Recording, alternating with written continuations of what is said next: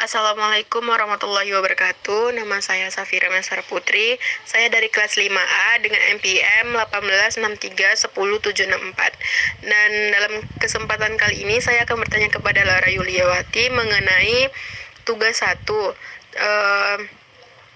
Tolong apakah alarm mengerti tentang memahami tugas satu tersebut dan jelaskan tugas tolong beri saya penjelasan mengenai tugas satu tersebut. Terima kasih. Waalaikumsalam warahmatullahi wabarakatuh. Nama saya Lara Yuliawati saya dari kelas 5A dengan NPM 1863107449. Di sini saya akan menjawab pertanyaan dari Safira Maisara Putri yaitu mengenai penjelasan dari tugas 1. Di sini di tugas 1 mahasiswa disuruh meresum materi dari pertemuan pertama, yaitu mengenai tentang SKL, SI, SP, standar penilaian, kompetensi inti, dan kompetensi dasar. Di situ disuruh membuat resum atau PPT mengenai materi tersebut. Yang selanjutnya PPT tersebut dijelaskan menggunakan video, selanjutnya video tersebut diupload ke YouTube dan linknya tersebut dikirimkan ke Google Classroom. Contohnya saya membuat PPT mengenai standar isi, yang mana di dalam PPT tersebut terdapat pengertian dari standar isi, ruang lingkup standar isi, tingkat kompetensi standar isi, dan pasal-pasal mengenai standar isi.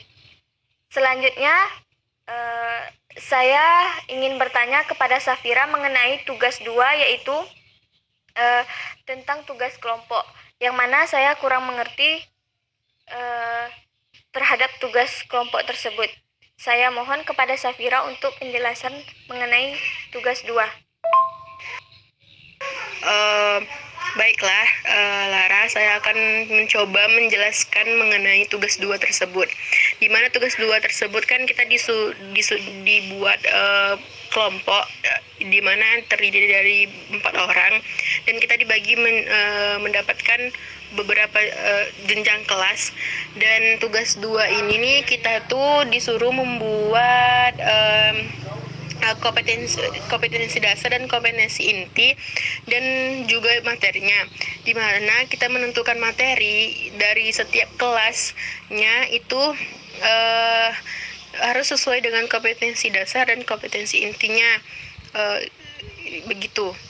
Saya bisa kasih contoh berupa materi congratulation, di mana congratulation ini berupa ucapan selamat dan kebahagiaan, dan materi congratulation ini harus menyesuaikan kompetensi dasar dan kompetensi intinya.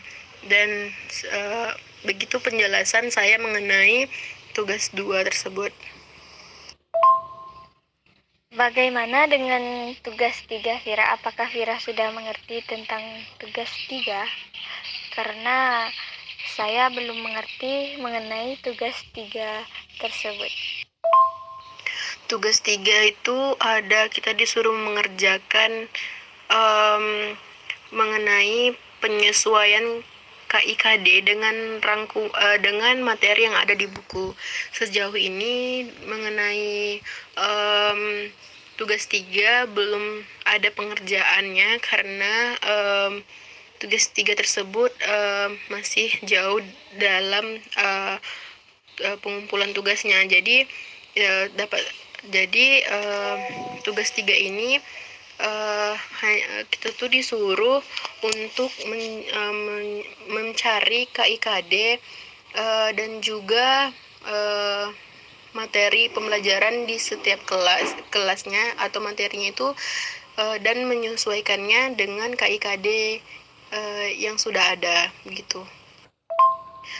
Selanjutnya ada tugas mengenai resume jurnal. Tolong jelaskan bagaimana pembuatan meresum jurnal tersebut, Lara. Terima kasih.